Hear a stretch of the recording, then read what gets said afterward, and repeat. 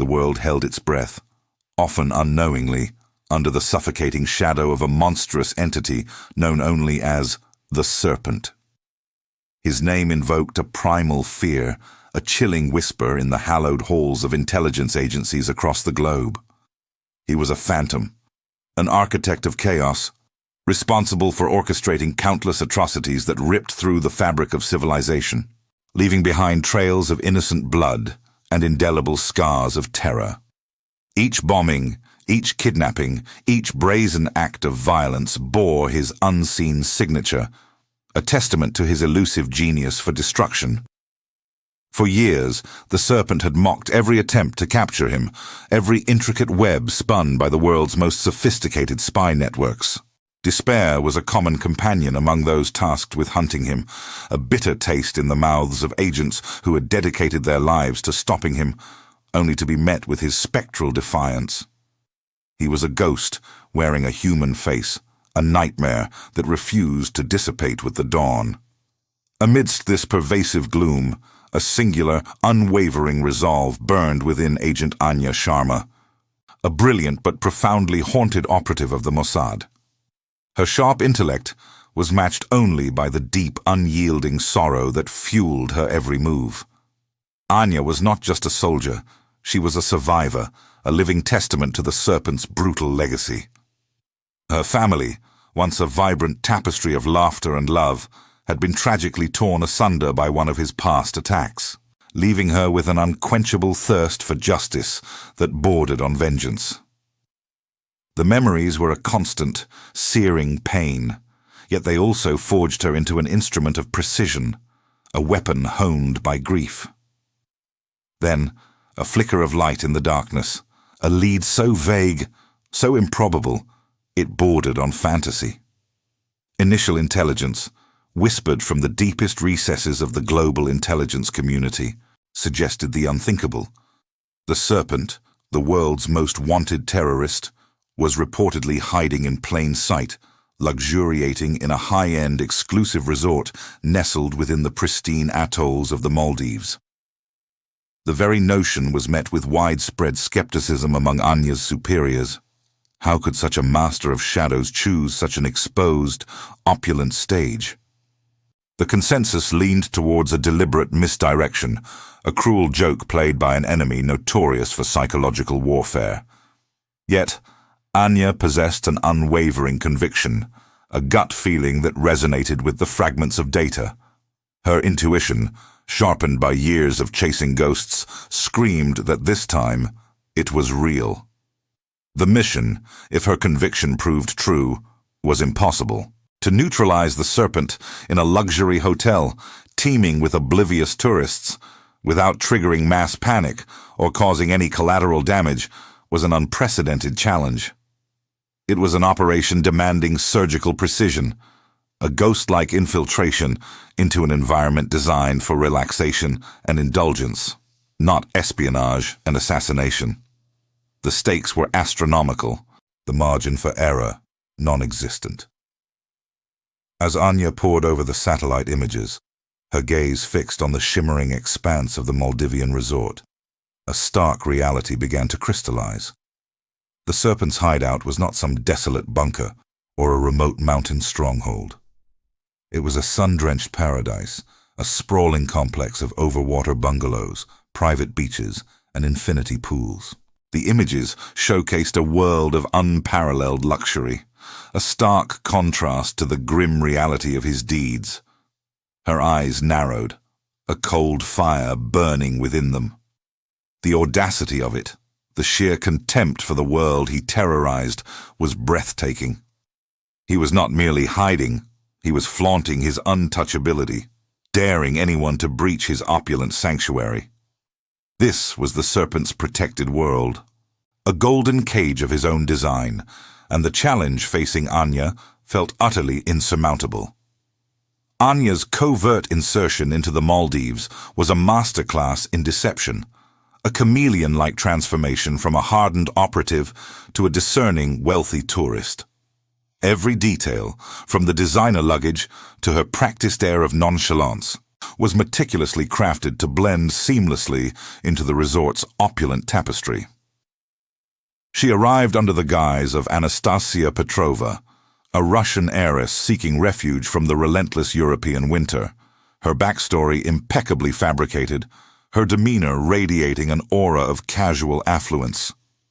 The humid Maldivian air, thick with the scent of frangipani and salt, enveloped her as she stepped off the seaplane, a picture of serene relaxation that belied the storm brewing within her. Her initial observations of the resort's security were immediate and startling. Far from being a soft target, the island was a fortress disguised as a playground. Discreet cameras were nestled within lush foliage, motion sensors subtly integrated into pathways, and a surprisingly large, yet unobtrusive team of security personnel moved with practiced efficiency. They wore crisp white uniforms, their smiles welcoming, but their eyes constantly scanned, their movements precise. This wasn't just resort security. This was a private army, highly trained and loyal, confirming Anya's suspicion that the Serpent had invested heavily in his personal sanctuary. Among the resort staff, a particular figure quickly drew Anya's attention. Julian Thorne, the resort manager. He possessed an effortless charm, his British accent smooth as silk, his movements graceful, always seeming to be precisely where he was needed. He was perpetually smiling, his eyes twinkling with an enigmatic warmth that hinted at hidden depths. He navigated the complex social dynamics of the resort with practiced ease, a master of hospitality. Yet Anya sensed a carefully constructed facade beneath the polished exterior. His attentiveness to certain guests, particularly those with a reserved, almost guarded air, did not go unnoticed. Another guest, a seemingly innocent fellow traveler, also caught Anya's trained eye. A statuesque woman named Ilara, with striking emerald eyes and an air of quiet sophistication. She often lingered in the resort's more secluded areas, always with a book in hand, yet her gaze seemed to miss nothing.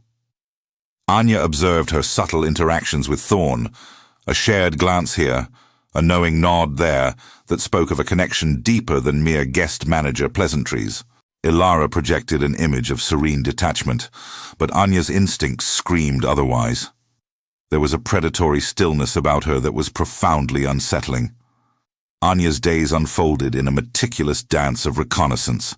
She frequented the same restaurants, swam in the same pools, and strolled along the same beaches, all while subtly cataloguing the Serpent's routine.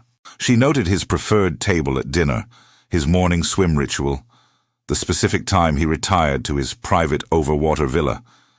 Each observation was a brushstroke, slowly painting a detailed portrait of his habits, his vulnerabilities, and the extent of his protection. The idyllic setting, however, presented its own unique challenges. Every move felt exposed, every conversation potentially overheard.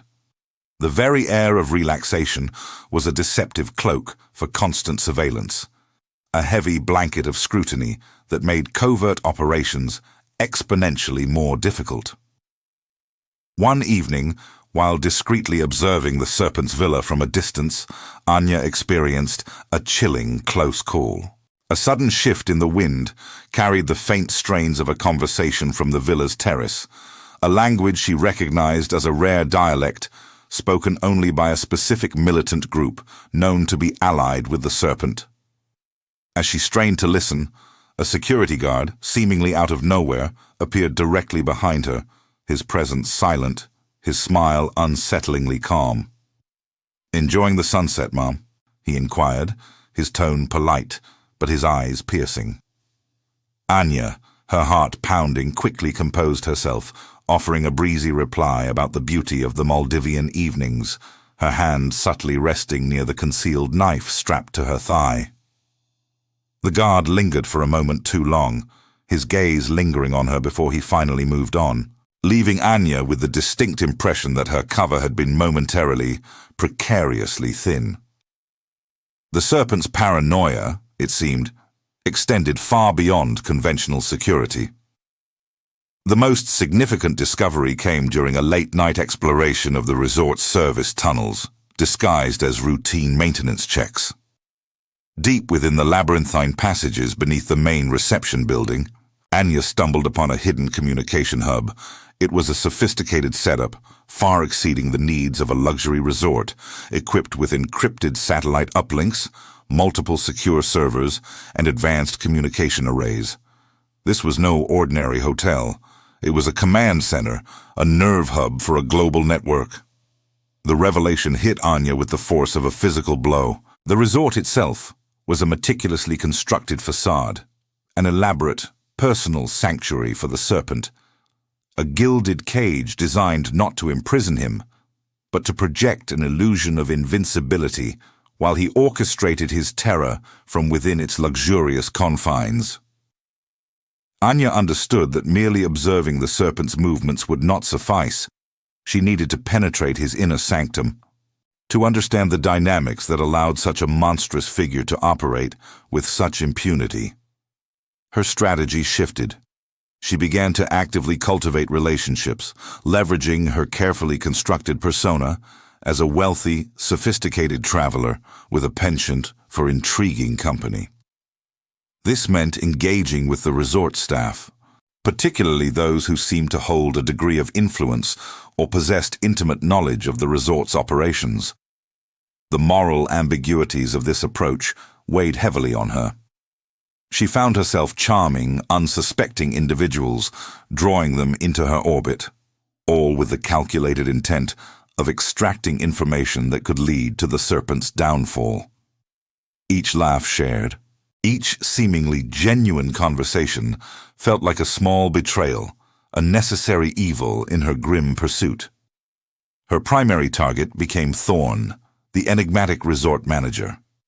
His reserved demeanor masked a sharp intellect, and Anya sensed an underlying tension in his interactions, particularly when the Serpent or his security detail were involved.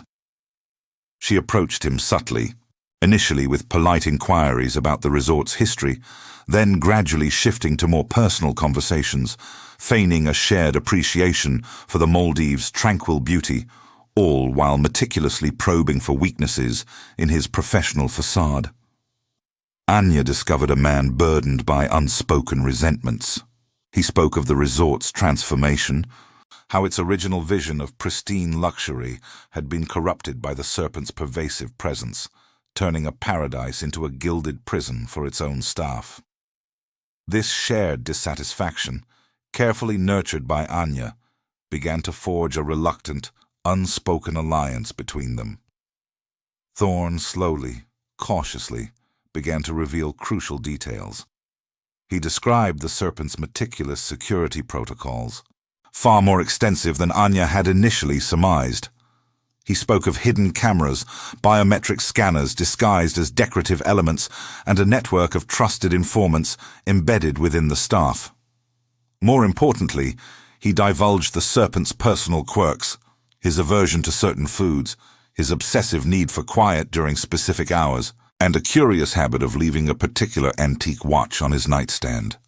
A seemingly innocuous detail that Anya filed away as potentially significant. The manager's revelations were invaluable, providing Anya with a mental blueprint of the Serpent's protected world, insights that no amount of external surveillance could have yielded. Through Thorn's indirect assistance, Anya also began to uncover fragments of the Serpent's ongoing plans. She overheard hushed conversations, deciphered coded messages left in seemingly innocent places, and pieced together timelines. The picture that emerged was terrifying. The Serpent was not merely enjoying his luxurious hideaway, he was actively orchestrating a new, devastating attack, a global operation that promised to eclipse his previous atrocities in scale and impact. The urgency of her mission intensified, the weight of countless potential lives resting squarely on her shoulders. Maintaining her cover, however, exacted a heavy emotional toll. The constant vigilance, the forced smiles, the calculated charm, all wore her down. There were moments, late at night in her solitary villa, when the facade would crack and the raw grief of her past would resurface. One evening, during a particularly candid conversation with Thorn, she found herself sharing a fabricated story of loss, a tale woven from threads of her own pain, but disguised as a past romantic tragedy. To her surprise, Thorn listened with genuine empathy, and in sharing her invented sorrow, a deeper connection formed, born not just of shared resentment, but of fragile human understanding. His own eyes, she noticed, held a similar distant sadness. The serpent, however, was not oblivious. His paranoia, which Thorn had detailed, was deeply ingrained. He was a predator, always sensing movement in the periphery. Anya noticed subtle shifts in his behavior. A lingering glance across the dining room, a brief, unnerving pause in his conversation as she passed by, the almost imperceptible tightening of his security detail whenever she was in proximity. The sense of being watched, of being assessed, intensified. Then came the direct encounter. One afternoon, as Anya walked through the resort's manicured gardens, the serpent appeared, seemingly out of nowhere, blocking her path. His eyes, dark and piercing, held hers. He smiled, a slow, unsettling curve of his lips that did not reach his eyes. "You seem to enjoy our little paradise, Miss Sharma," he purred, his voice a low, gravelly murmur that sent a shiver down Anya's spine. "But tell me, what truly brings such a discerning traveller to these humble shores?" The question was innocent enough on the surface, but the intensity of his gaze, the knowing glint in his eyes, made it clear. This was not idle curiosity. This was a challenge, a subtle probe, and Anya knew with a cold certainty that her carefully constructed world was teetering on the edge of exposure. Anya's heart pounded, but her expression remained perfectly serene, a testament to years of rigorous training. "Indeed, Mr. Al-Jazari," she replied, her voice smooth and unhurried, adopting the slight, sophisticated lilt of her fabricated persona. Who wouldn't be captivated by such exquisite tranquility? I seek solace, a respite from the relentless pace of the world. And of course the diving here is unparalleled. She offered a confident, yet demure smile, her gaze meeting his without flinching. The serpent's eyes narrowed almost imperceptibly, searching for a tell, a flicker of deceit. Finding none, he merely nodded, a hint of something unreadable in his gaze, before turning and continuing his stroll, leaving Anya to collect her composure. The encounter, though brief, had solidified her understanding. The serpent was not merely paranoid, he was acutely perceptive. The manager, Thorn, however, proved to be an invaluable asset in the aftermath. The unsettling encounter with the serpent had underscored the urgency of Anya's mission, and Thorn, fueled by a mixture of fear and a burgeoning sense of rebellion against his tyrannical employer, responded by opening doors that had previously been impenetrable. With his direct assistance, Anya gained limited access to areas once thought off-limits, including the resort's sophisticated communication center, and, more critically, the discreet, heavily guarded suite where the serpent conducted most of his covert operations. Through Thorn, Anya discovered the true extent of the serpent's resources. The resort, far from being a mere hideout, was a meticulously constructed central hub for his global network. From this idyllic island, he commanded operations, managed finances, and disseminated directives to a vast web of fanatically loyal operatives scattered across continents. The security wasn't just physical. It was deeply ingrained in the very fabric of the resort's operations, with key personnel subtly integrated into the serpent's inner circle, their loyalty absolute. Thorn explained how even seemingly innocuous staff members held critical roles in intelligence gathering and counter-surveillance. As Anya delved deeper into the serpent's world, she uncovered more than just operational details. She found echoes of a shared human tragedy. While sifting through encrypted files and personal memos Thorn had managed to access, She stumbled upon records detailing the serpent's own profound loss, a family annihilated in a retaliatory strike years ago, an event that had, perhaps, twisted his grief into a monstrous thirst for vengeance. This revelation stirred a complex internal conflict within Anya. She recognized the pain, the raw, searing grief that had consumed him, for it mirrored her own. Yet, where her loss had driven her to seek justice, his had propelled him down a path of unimaginable destruction, inflicting that same pain upon countless others.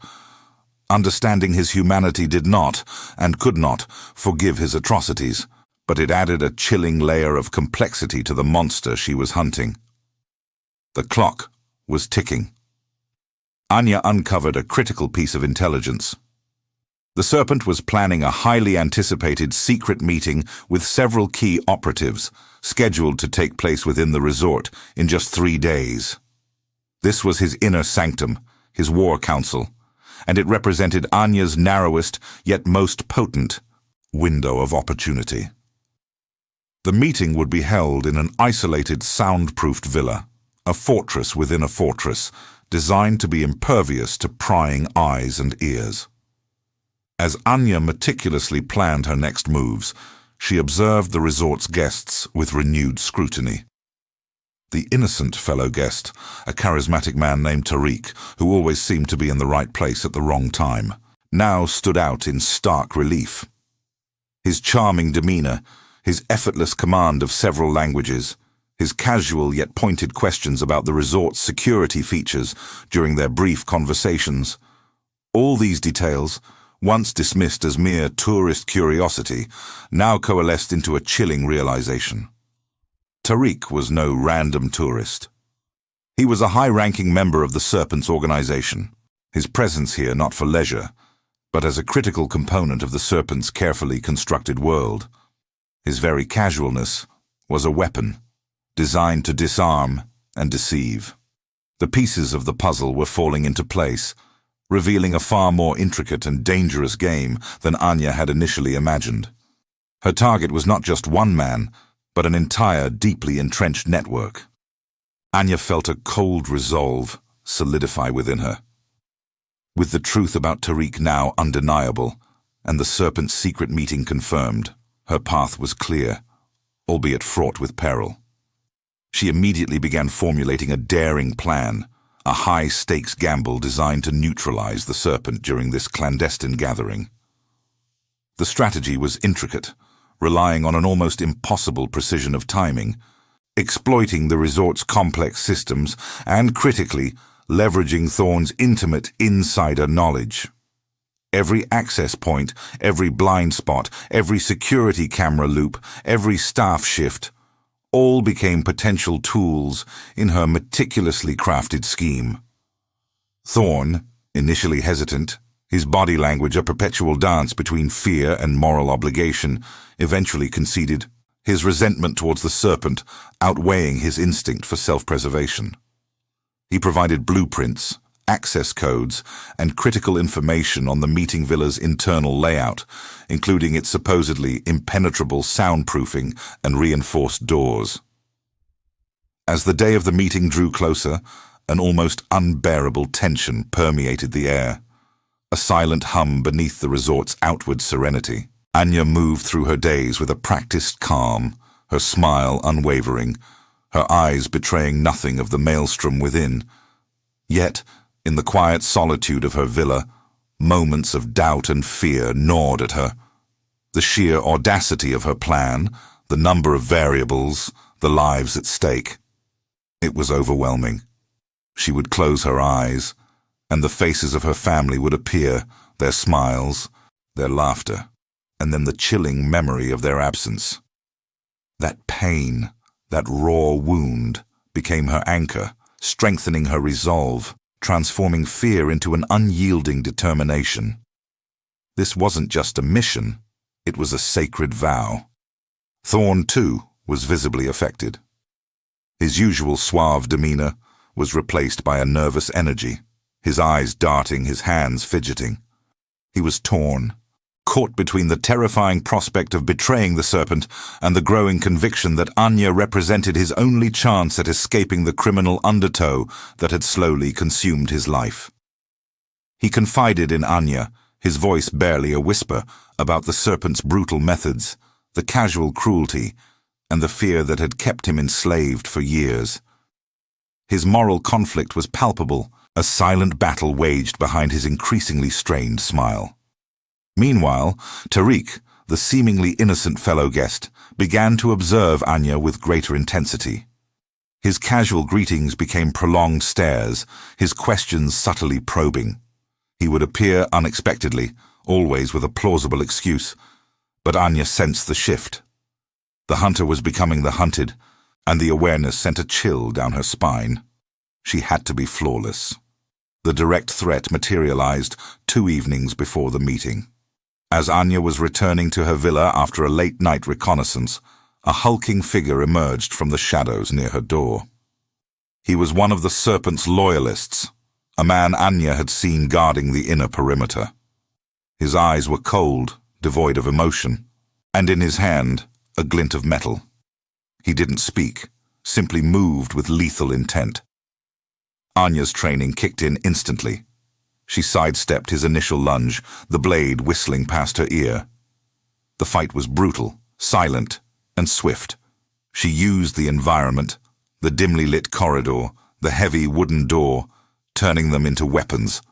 A swift elbow to the jaw, a knee to the groin, and then, using her smaller frame to her advantage, she twisted his arm, slamming his head against the wall with controlled force. He slumped, unconscious. She dragged him quickly into a service closet, securing the door, her heart pounding a frantic rhythm against her ribs. The encounter confirmed her fears. The serpent's network was closing in, and her cover was thinning. The plan was nearly compromised before it even began.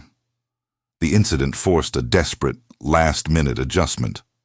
Thorne, shaken by the news, helped Anya modify the timing of a key diversion, creating a new window of opportunity while simultaneously diverting attention from the service corridor. The stakes had just been raised, exponentially. Anya knew, with chilling certainty, that the next few hours would decide not only the serpent's fate, but her own. The pre-dawn hours held a heavy stillness, punctuated only by the soft lapping of waves against the shore. Anya moved with the silent grace of a shadow, her senses heightened, every muscle coiled with anticipation. The first phase of her meticulously crafted plan was already in motion. Thorne, his face a mask of grim determination, had initiated the sequence of subtle, almost imperceptible disruptions designed to pull the resort's security away from the serpent's inner sanctum. A series of minor, seemingly random power fluctuations had begun, flickering lights in distant wings, causing momentary glitches in the resort's extensive surveillance system and triggering false alarms in rarely used areas. Each incident, carefully timed and seemingly isolated, created a ripple of confusion and forced security personnel to disperse, chasing ghosts across the sprawling property. Anya, meanwhile, navigated the labyrinthine service passages beneath the resort, a network of tunnels and maintenance shafts Thorne had painstakingly mapped for her. The air was thick with the scent of ozone and salt, the rhythmic hum of unseen machinery vibrating through the concrete. She moved with purpose, her small, powerful flashlight cutting through the gloom, its beam dancing over pipes and conduits. Her heart hammered a steady rhythm against her ribs, a counterpoint to the distant, muffled sounds of the resort waking up. Each turn, each shadowed corner, brought a fresh surge of adrenaline, a mental checklist of potential threats and contingencies. The memory of the loyalist she had subdued just hours earlier served as a stark reminder of the ever-present danger. Up above, Tariq, the high-ranking operative disguised as a fellow guest, felt an unsettling prickle of unease. The minor disruptions, while seemingly innocuous, were too frequent, too precisely spaced to be mere coincidence. His finely honed instincts, sharpened by years of clandestine operations, screamed that something was amiss. He moved silently through the deserted corridors of his own wing, his eyes scanning, his ears straining for any discordant note in the resort's carefully orchestrated tranquility. He dismissed the initial reports as minor technical glitches. But as the power fluctuations persisted, a chilling realization began to dawn on him. This was no accident. Someone was probing their defenses. He immediately began issuing urgent, coded commands through his secure communication device, initiating a countermeasure, tightening the inner perimeter, and dispatching trusted operatives to investigate the anomalies. Anya felt the shift almost immediately. The subtle easing of pressure she had anticipated didn't materialize. Instead, a new, more pervasive tension settled over the resort.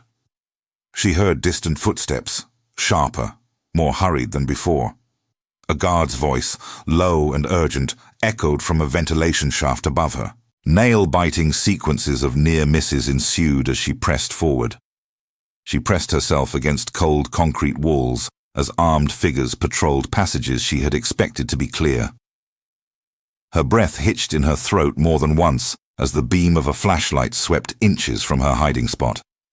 Each close call chipped away at her carefully constructed composure, exposing the raw emotional pain that simmered beneath her steely exterior. The faces of her family flashed before her eyes, a fleeting surge of grief and rage that she ruthlessly pushed down, channeling it into an even sharper focus. Finally, after what felt like an eternity, she reached the access panel Thorne had indicated. With swift, practiced movements, she bypassed the lock and slipped into the antechamber of the Serpent's meeting room.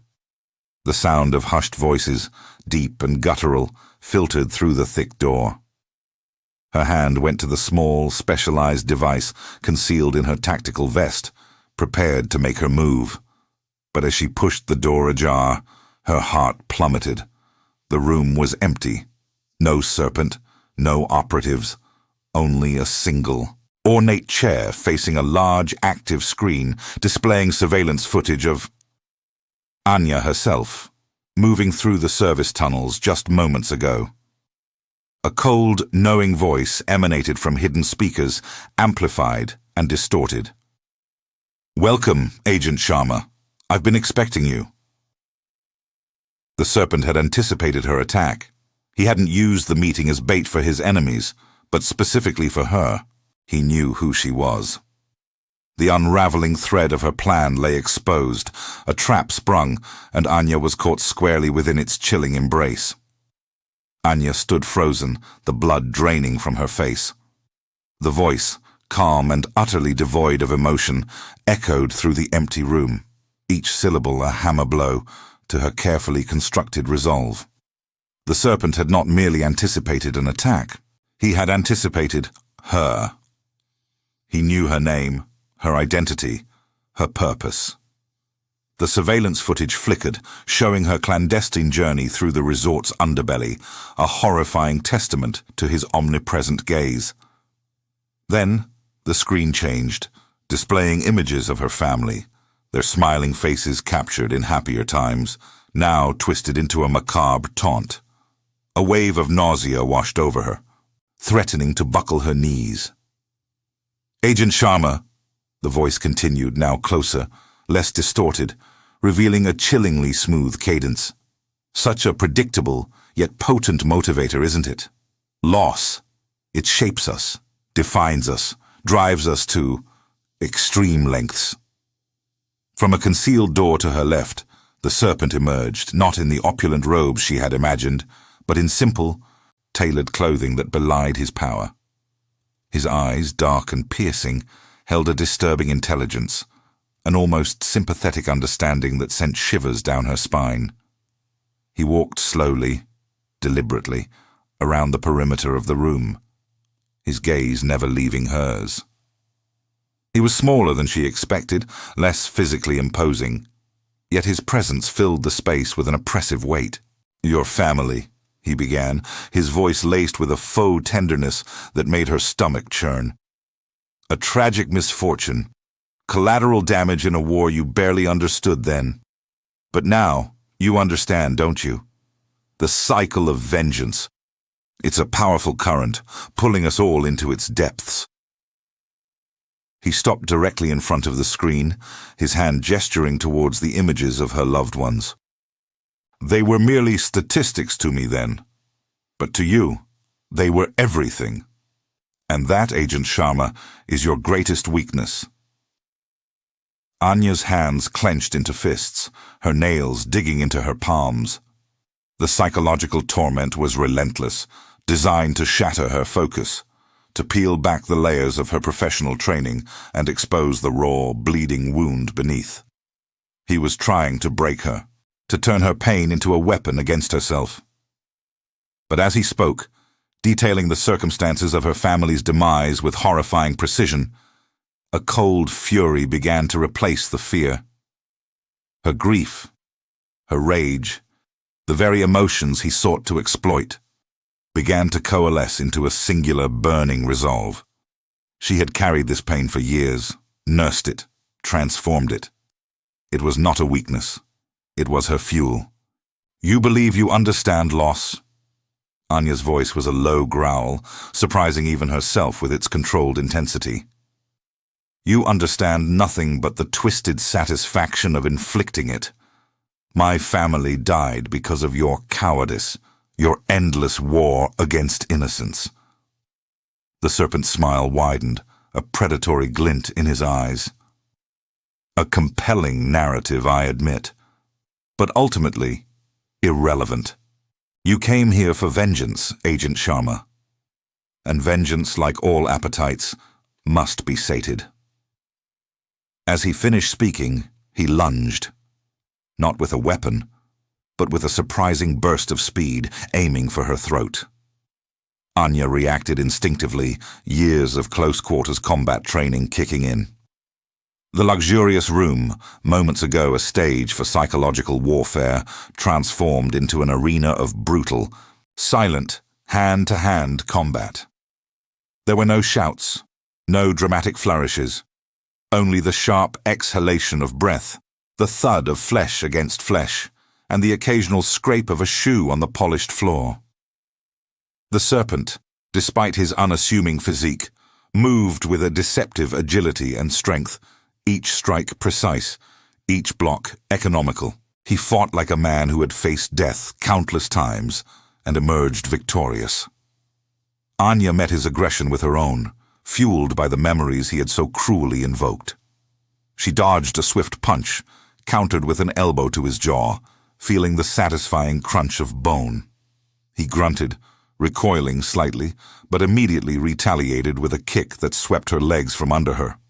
She fell, rolling instantly to avoid a stomp, and sprang back to her feet.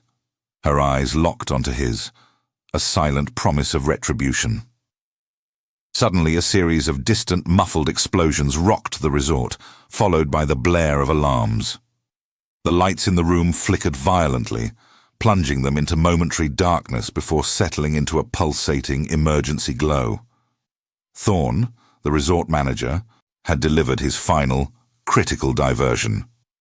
The chaos he unleashed was not just a distraction for the guards, it was a signal, a fleeting window of opportunity. Seizing the moment, Anya used the momentary disorientation caused by the alarms. As the serpent's gaze flickered towards the door, a flicker of annoyance crossing his face, Anya lunged. She moved with a speed born of desperation, her training honed to a razor's edge. Her hand found the pressure point at the base of his neck, a swift, precise strike. The serpent's eyes widened in surprise, a gasp escaping his lips as his body went rigid, then slack. He crumpled to the floor, neutralized. Anya stood over him, breathing heavily, the adrenaline coursing through her veins. The room was silent once more, save for the distant wail of alarms. The serpent was gone, but the cost was etched onto Anya's soul. A deep gash bled freely from her forearm, a testament to the brutal encounter, but the emotional scars ran far deeper. The faces of her family, once a source of pain, now seemed to murmur a quiet thank you. The mission was complete, but the battle within her was far from over. The discreet extraction from the Maldives unfolded with the precision of a well-oiled machine, leaving no discernible trace of the Mossad's clandestine involvement.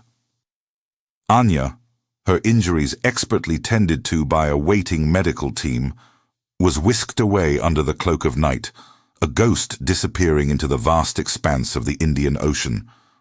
The resort, meanwhile, almost miraculously returned to its idyllic, peaceful facade. Guests, blissfully unaware of the profound drama that had transpired within its luxurious confines, continued their sun-drenched holidays, their laughter echoing across the pristine beaches. The only subtle change was the quiet, almost imperceptible departure of Thorne, the resort manager. For Thorne, the aftermath was a complex tapestry of emotions. He had risked everything, his life, his livelihood, for a cause that was not inherently his own. Yet in aiding Anya, he had found a new sense of purpose, a redemption he hadn't known he desperately needed. The serpent's reign of terror had touched his life in subtle, insidious ways, and his decision to assist Anya was a quiet rebellion against the darkness. He departed the island not as a fugitive, but as a man who had chosen a path of conscience, carrying with him the knowledge that he had made a difference, a quiet satisfaction that resonated deeper than any material wealth. He sought a new beginning, far from the shadows of his past.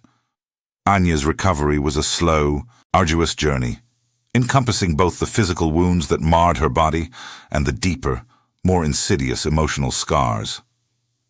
The gash on her forearm healed, fading into a thin white line, a permanent reminder of the serpent's last, desperate struggle. But the echoes of his taunts, the vivid recollections of her family's demise, lingered in the quiet corners of her mind. She underwent extensive debriefing, meticulously recounting every detail of the mission, every nuance of the serpent's demeanor. Her superiors, while commending her bravery and unwavering resolve, recognized the profound toll the mission had taken. She was granted a period of indefinite leave, an opportunity to heal, to find a semblance of peace. The global impact of the serpent's demise was palpable, a collective sigh of relief rippling through intelligence agencies and governments worldwide. A significant threat had been neutralized, a network of terror dismantled. Yet Anya, more than anyone, understood the fragile nature of this victory. She knew that the vacuum left by the serpent would inevitably be filled, that new threats would emerge from the shadows. The fight against extremism was an unending one, a hydra-headed beast that constantly regenerated. Her mission had brought justice, but it had not eradicated evil itself. She spent her days in quiet contemplation, often by the sea, the rhythmic crash of waves a soothing balm to her troubled soul. She reflected on her mission, the immense cost of justice, and the thin, precarious line between vengeance and redemption. Her initial motivation had been pure, unadulterated vengeance, a burning desire to make the man who had destroyed her family pay. But somewhere amidst the Maldivian sands, amidst the deception and the danger, her purpose had subtly shifted. It had evolved into a pursuit of justice, a commitment to preventing others from enduring the same pain she had. The serpent's neutralization was not just about her.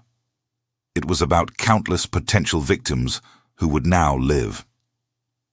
In these quiet moments, she allowed herself a final, quiet remembrance for her family. Not with the raw, searing pain that had once consumed her, but with a tender, melancholic love. Their faces, once a source of torment, now brought a fragile sense of peace. She had honored their memory, not by succumbing to the darkness, but by fighting for the light.